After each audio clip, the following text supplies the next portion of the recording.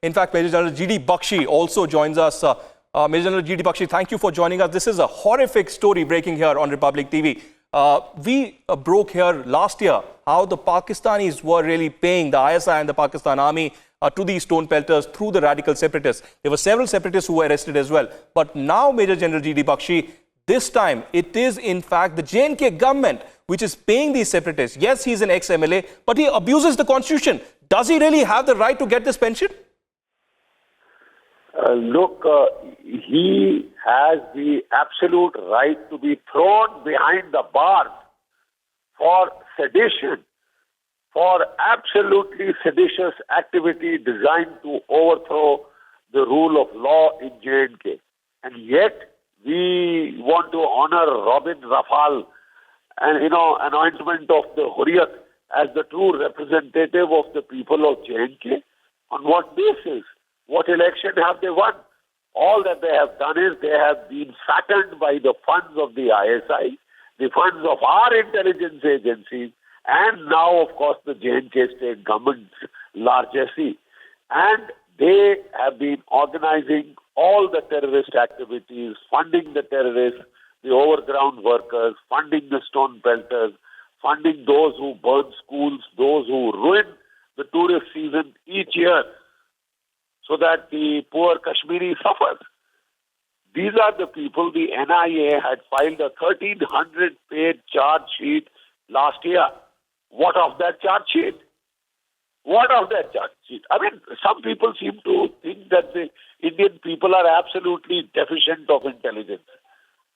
I mean, I can't understand what they are trying to prove or what. Right, Major General G.D. Bakshi, what I also want to ask you is about the Chief Minister Mehbooba Mufti. She has been approaching this entire political gamut through soft separatism. We know that. That's been an open secret for a very long time. She does not want to act against these radical separatists. But what I want to ask you, Major General G.D. Bakshi, today is that what about Mehbooba Mufti? Do you think over last many years she was completely silent over the kind of money that was being paid to these top Hurriyat functionaries? And look at the shamelessness of it all. You abuse the constitution, you abuse the tricolour, and here the J&K government is wearing complete blinkers over this seditious act where money is in fact being paid to these stone pelters, to these separatists, to abuse us, to kill us, and in fact to abuse the Indian constitution. Look, let me tell you, as a person who has spent many years of his service life fighting in J&K, that the problem there is primarily the Hurriyat's creation. Primarily the Hurriyat's creation. When I was serving there from 2000 to 2005, I was involved in heavy combat operations there. There used to be 3,500 to 4,000 terrorists. Today, the number of terrorists have been brought down to just 200. That also we would have sorted out if the suspension of operations had not been ordered. The simple fact is that the real soldiers of the jihad in J&K are now the stone pelters, who are the primary pet constituency of Mehbooba Mufti. She has ensured that they have all been left, and just to make the talks of the interlocutor succeed. Frankly, I don't know on what basis these talks were started. They were highly premature. You have to have a whole of the government approach. You have to have a carrot and stick approach in which you first, put pressure on the terrorist organization so that they are forced to come to the negotiation. All right, thank you very much, Major General G.D. Bakshi, for joining us. In fact, Major General P.S. Jaswal also joins us on this big story. Sir, if I can ask you now, how do you react? Doesn't it really pain and anger you that forces have been contributing for a very long time, sacrificing their life for the country? And here is the J&K government, who should in fact be paying this money to the forces, to their families, to the martyrs, and instead the money is being diverted to these radical separatists for the kind of violence that they have been erupting across the valley over the last 3 decades. Well, as far as I'm concerned, I've always maintained that the separatists, they're virtually the catalyst for all the unrest in the valley. Now, I don't understand as to why they should be funded at all. They are anti-national, and to fund the anti-national It is in itself an anti-national activity. They do not deserve anything because they spew venom.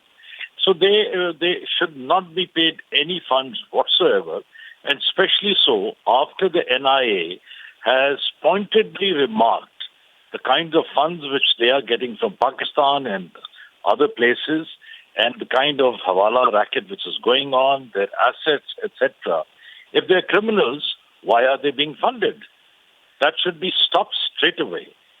Instead, this money should be utilized for the welfare of the people, for the welfare of the security forces, and the unfortunate people who get killed in crossfiring. This money should be given to them rather than the people who are responsible for instigating the unrest in the valley. That's right. Lieutenant General B.S. Jaswal, also what I want to ask you and emphasize here is the role of the Chief Minister Mehbooba Mufti. We've seen the kind of shameless Ramzan ceasefire that's been there over the last couple of weeks. We've seen the terror attacks on the forces being attacked, not just by the mobster stone pelters, but by terrorists as well. What would be your message as somebody who has seen Kashmir very closely to J&K Chief Minister Mehbooba Mufti on this particular story that's breaking on Republic TV? The funding pattern from J&K government to the radical separatists, of course it needs to stop. But politically or otherwise from the nation, what would be your message to the sitting Chief Minister Mehbooba Mufti? You see, as for the suspension of operations is concerned, this is a olive branch which was extended. And if you see the data which is there for the last 3 years, this year the attacks have comparatively been lesser. And our chief and the Home Minister were very clear in their directions that on our part, we will not fire until and unless we find hard facts of a terrorist and who attacks us. If in case we are attacked, we will respond in a military manner and decimate the individual. So we retain the right for operations, but all these CASO and all that, etc., that we shall not be taking on till the time warranted. There's a larger meaning to the whole thing. In my perspective, you see, it's a chance given to these terrorists to come home, be influenced by the parents to come back to the mainstream. We must give them space to come back to the mainstream. Right. And this has been tried out at a number of places, and a number of terrorists have actually tried to come back to the mainstream. They have surrendered. So all right, Lieutenant General B.S. Jaswal, I have to cut you short there. I apologize for that. But thank you very much for joining us, giving that very, very important strategic perspective to this entire breaking story.